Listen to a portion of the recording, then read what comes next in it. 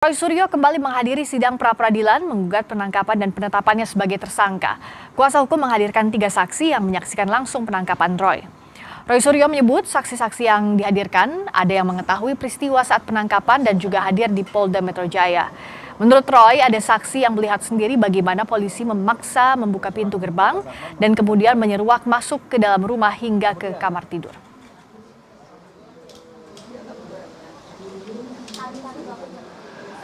Tidak ada komunikasi antara RT dengan petugas yang datang ke rumah. Jadi sama sekali padahal itu pelanggaran. Dan jelas tadi yang dikatakan oleh driver saya, ya, dia itu memang pertanyaan menjebak tadi dari termohon, gitu. Yang Anda membuka pintu enggak? Gitu. Ya memang dia membuka, dia buka. Terus dengar nggak? Memencet bel terus berkali-kali.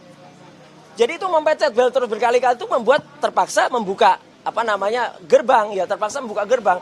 Dan memang gerbang itu memang akhirnya dibuka oleh driver. Dan tadi yang dikatakan sama, driver saya kemudian ikut. Nah itu ikut tanpa diminta, tanpa diizinkan. Itu ngikut sampai ke kamar tidur. Dan terdengar kan?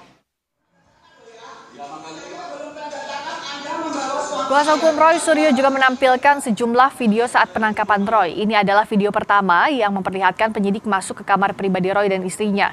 Perdebatan dengan keluarga hingga proses Roy dibawa ke rutan Polda Metro Jaya. Dari video ini tampak istri Roy menolak menandatangani surat penangkapan yang dibawa petugas. Hingga Roy dibawa rombongan aparat menuju Polda Metro Jaya. Sementara itu, Saudara, Pengadilan Negeri Jakarta Timur mengizinkan siaran langsung pada sejumlah tahapan sidang kasus ijazah Presiden ke-7 Joko Widodo. Namun, siaran langsung hanya berlaku pada tahapan tertentu, seperti pembacaan dakwaan, eksepsi, putusan sela, pembacaan tuntutan, pledoi, hingga putusan akhir. Sementara saat persidangan memasuki tahap pembuktian atau pemeriksaan saksi tidak diperkenankan untuk siaran langsung. Diharapkan juga kepada masyarakat, karena ini persidangan secara live, untuk tidak terlalu menghadiri secara langsung persidangan di Jakarta Timur.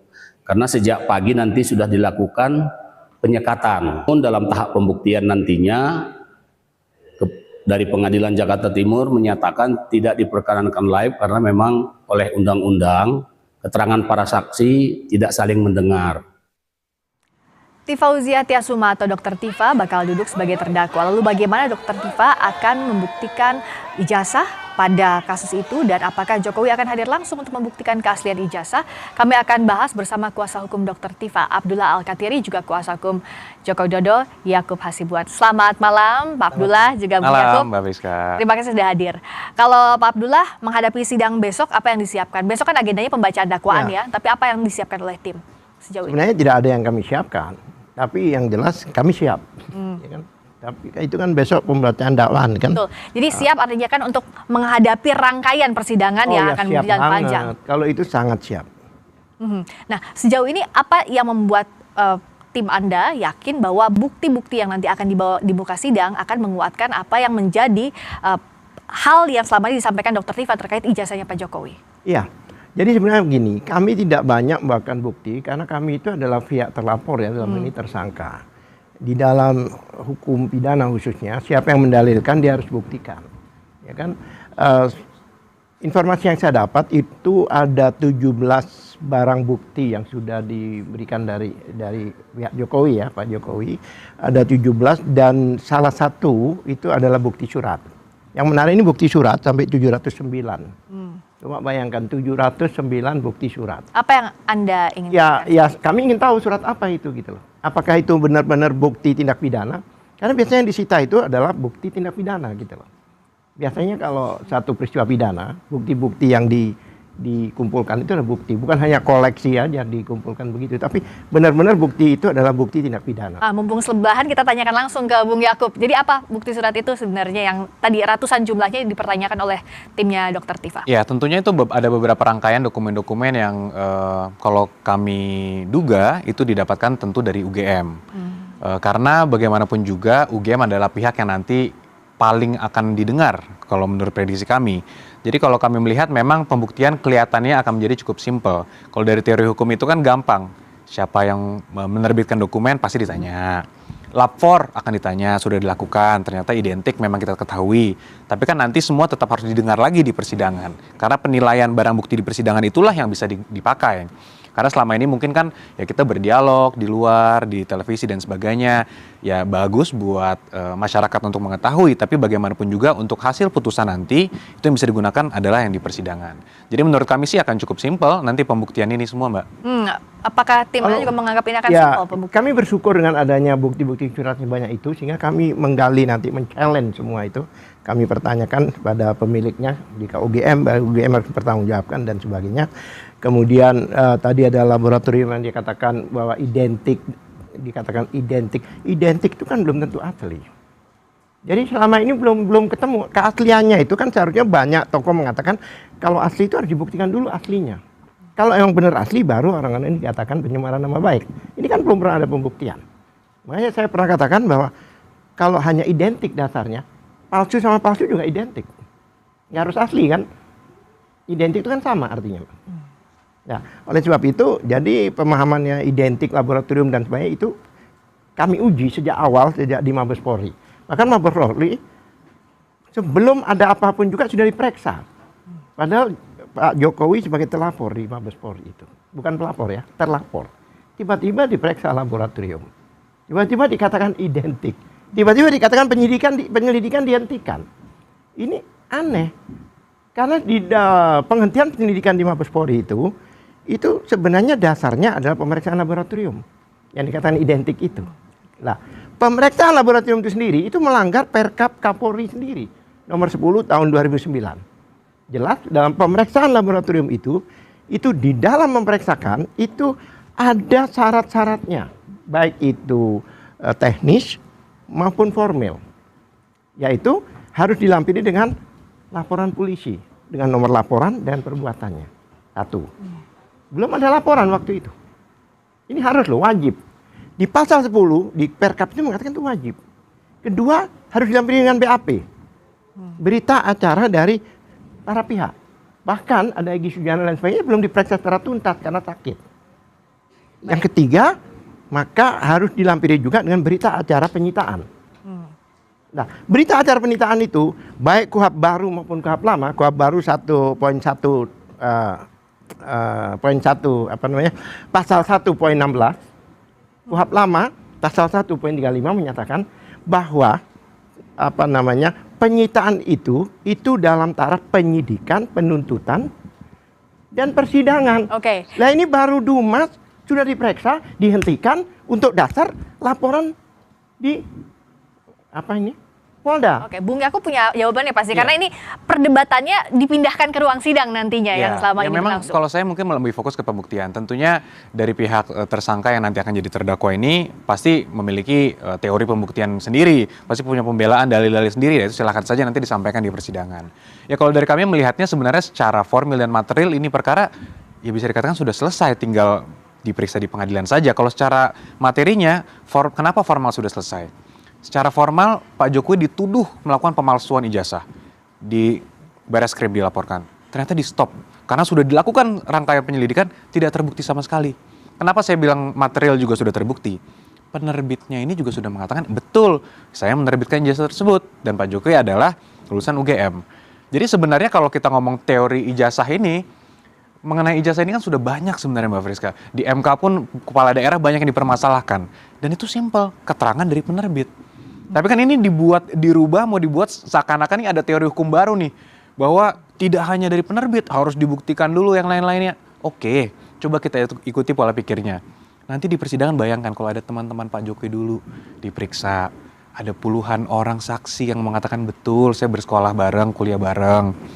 Ada dokumen dulu, dokumen perpustakaannya masih ada. Dokumen ketika beliau diterima, dokumen kelulusan. Saya tidak bisa bayangkan dari sisi terdakwa nanti pembelaannya akan seperti apa, Mbak. Dan kalau tadi pertanyaan soal identik tidak identik, Anda melihat itu bukan jadi suatu persoalan lagi kalau sudah masuk tahap ini? Bukan, karena menurut saya ya tentu akan dikatakan identik atau tidak identik. Karena memang itu, Mbak. Suatu lapor tidak akan bisa mengatakan asli atau palsu. Itu butuh putusan pengadilan. Pasti identik atau tidak identik. Tapi kan dibandingkan dengan siapa? Nah ini sudah dibandingkan dengan ijazah-ijazah yang diterbitkan di tahun 85 juga dan ternyata identik. Nah, apalagi masalahnya bukan itu. Tapi Pernyataan identik itu kan dengan pemeriksaan laboratorium yang syarat formalnya tidak dilakukan. Berarti ini batal demi hukum ini. Jadi penghentian penyelidikan di Mabes itu batal demi hukum. Saya katakan ini bukan cacat dari lahir, cacat dalam kandungan, tapi mati dalam kandungan. Seharusnya laporan ini tidak bisa dilakukan karena ada Undang-Undang PSK, Perlindungan Saksi dan Korban. Yaitu yang menyatakan bahwa jika ada laporan, maka tidak boleh dilaporkan balik sebelum inkrah. Siapa yang boleh dilaporkan? 1, pelapor. 2, saksi-saksi. Pada waktu ke UGM, 3 orang ini sebagai saksi. Yang ketemu dengan pembantu rektor, ketemu dengan dekan, ditunjukin skripsi dan sebagainya. Itu tidak boleh dilaporkan balik sebelum laporan itu diproses, laporan orang-orang ini. Ya, faktanya penghentian penyelidikan itu adalah hasil laboratorium karena identik itu. Laporan itu melanggar formal. Jadi syarat formal itu yang tadi 3 hal itu wajib. 1, yang tadi dilampiri laporan. 2, adanya berita acara, bahkan berita acara tersangka itu. Bahkan 1 lagi berita acara penyitaan. Yang keempat, pembanding ini harus diuji dulu, autentik apa tidak. Ini ada nggak ini semua? Nah, jadi yang selama ini karena sebentar, dasar melaporkan di Polda itu karena di sini dihentikan. Oke.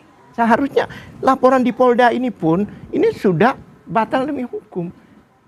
1, kedua, ada RJ kemarin, restoratif justice kemarin. Itu jelas restoratif justice itu salah satu mekanismenya di KUHP 79 menyatakan bahwa ya kan selain adanya saling memaafkan dan sebagainya, kemudian itu ditulis ya itu, ya kan salah satu syarat khususnya kalau nggak salah 9 ayat 4 itu jelas ada pencabutan laporan. Oke. Sedangkan sebentar saya belum selesai nih.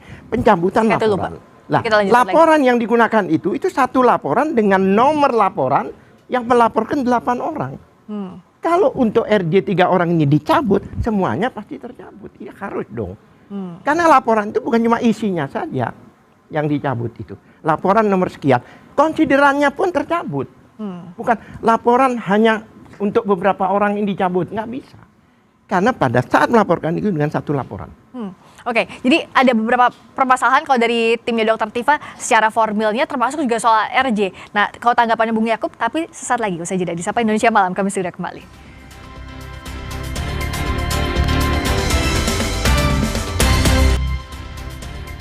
Sekarang gilirannya Bung Yakub yang menjawab. Tadi ada sejumlah hal yang masih mengganjal oleh timnya Dr. Tifa. Ya tentunya sebenarnya ini kita udah di bab 10, itu udah di bab 3 Mbak. Sebenarnya dulu udah panjang lah kita diskusi. Tapi ya mungkin ya kalau pandangan kami semua penghentian penyelidikannya sudah sesuai dengan aturan yang berlaku. Dan juga RJ juga sudah sesuai dengan ketentuan yang berlaku. Tentunya kami menghormati kalau memang dari kuasa hukum tersangka yang nanti akan jadi terdakwa mau mengajukan upaya hukum ya silahkan. Kan bagus juga untuk check and balance. Tapi sejauh ini kan belum dilakukan itu. Yang menarik buat saya yang RJ ini juga Mbak. Bahwa banyak sekali juga yang menanyakan kalau ternyata Bu Tifa dan Pak Roy ini maju, kok yang lain diberikan RJ, kenapa nggak sekalian aja? Memang dari awal kami sampaikan bahwa Pak Jokowi tidak ada niatan untuk sebenarnya mau mengajukan atau membuat orang ini masuk ke dalam suatu pidana gitu. Kita hanya butuh kejelasan tentang ijazah ini. Karena sudah bertahun-tahun dari 2023 digugat di PN kita menang, kemudian mereka juga mengasukkan laporan di Barreskrim juga sudah berhenti, CLS juga mereka kalah. Jadi apalagi? Sehingga kitalah harus mengajukan laporan ini.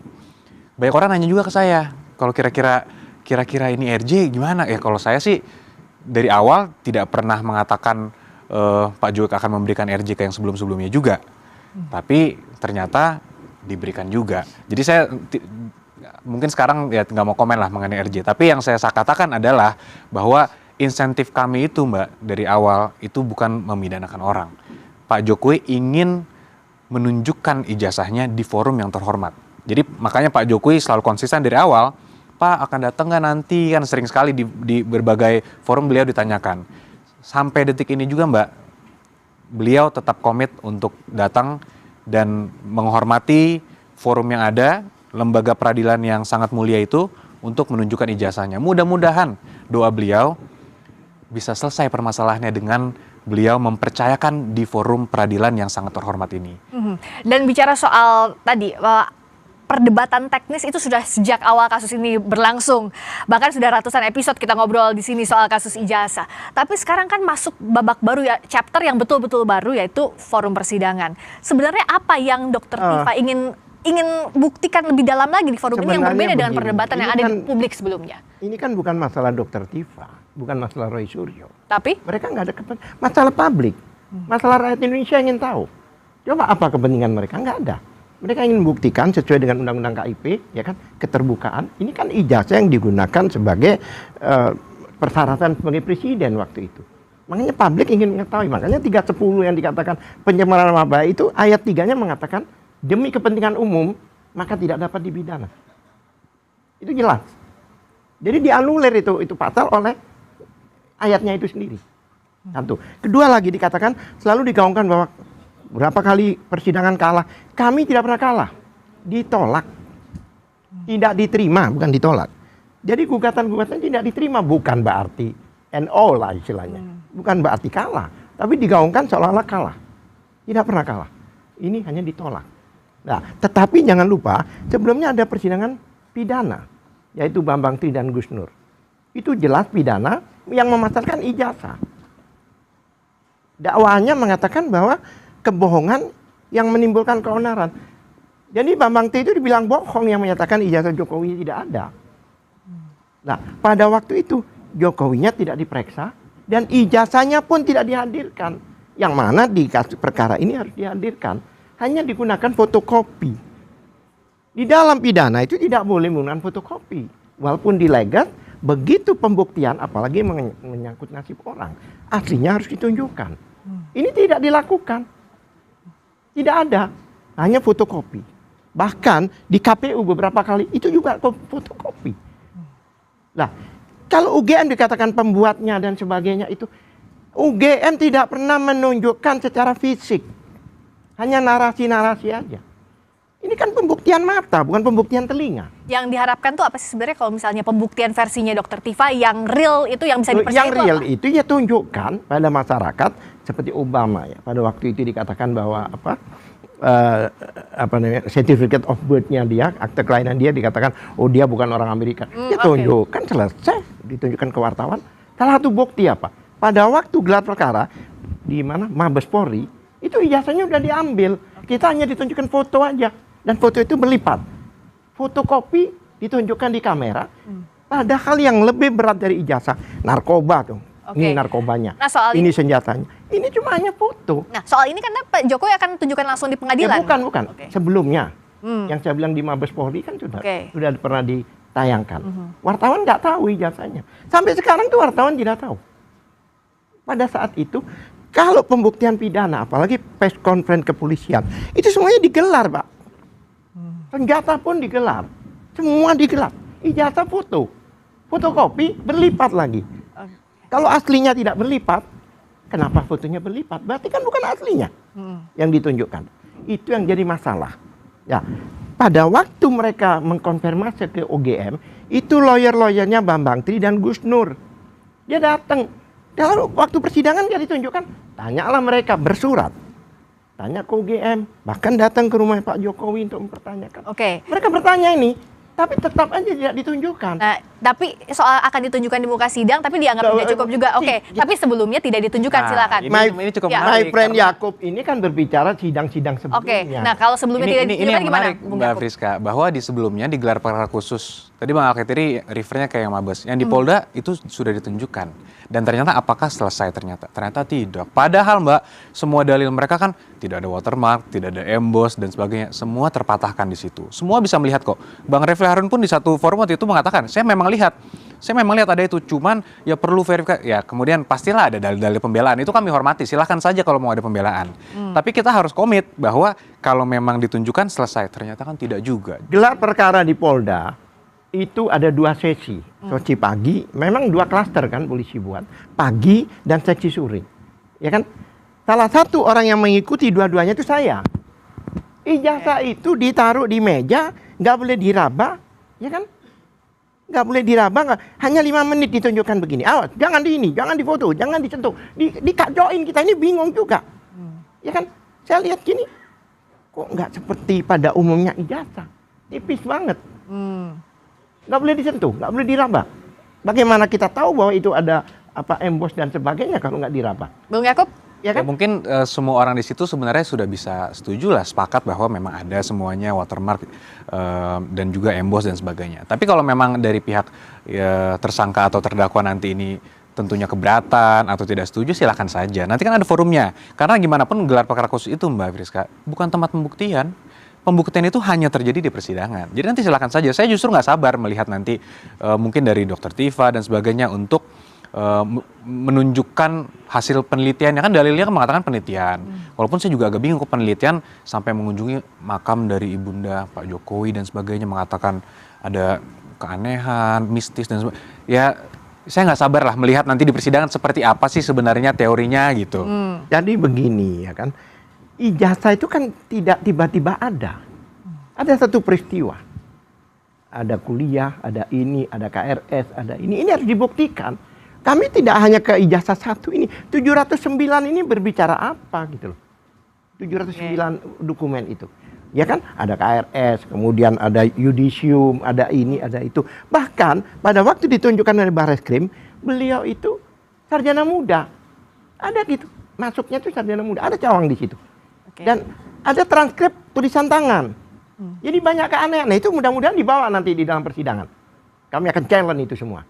Tulisan tangan. Oke. Kemudian jumlah istilahnya KRS-nya ke jumlah program studinya itu, KHS-nya itu tidak sesuai dengan pada umumnya. Ya kan?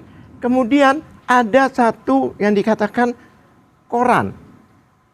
Tahun 8081 sepemahaman saya, sarjana muda itu tidak ada diumumkan di dalam koran. Itu ada korannya. Oke, Bahkan baik. korannya ada yang bahasa Jawa, yang mana pada saat itu baik tulisannya maupun Oke, salah. baik, dan detail ini tentu akan Nah, di-challenge di persidangan. Oke. mudah-mudahan itu termasuk di 709 itu. Nah, oke, sekarang Buat saya kami, ya, ini singkat bukan saja. adalah akhir. Tapi- Bahkan ini adalah awal dari perjuangan kami, adalah awal kesempatan kami untuk meng-challenge semuanya itu. Baik ratusan saksi, dan bisa juga sampai 3 tahun ini sidang. Karena apa? Karena banyak. Saksinya 130. Oke. Itu dari pihak sononya. Dari kami anggap aja 150.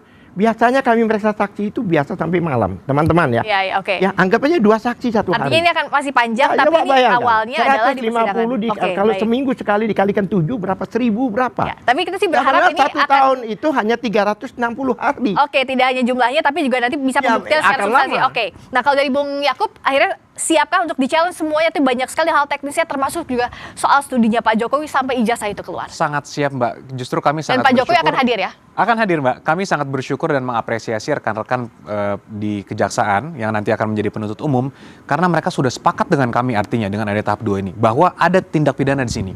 Jadi kami mendoakan, kami berharap pembuktiannya nanti bisa maksimal, sehingga ketika nanti ini disidangkan, ya tentunya penuntut umum bisa mewakili kepentingan kami, korban, untuk mendapatkan keadilan di persidangan. Oke, dan ini Sebenarnya adalah yang awal. harus siap Oke. itu adalah JPU, bukan tugas mereka udah selesai. Ya, oke. Ini adalah JPU, dan JPU kan baru menengok beberapa saat saja. Ya, oke. Dan ini Sedangkan nanti kami dari awal dari prosesnya, pelaporan ya.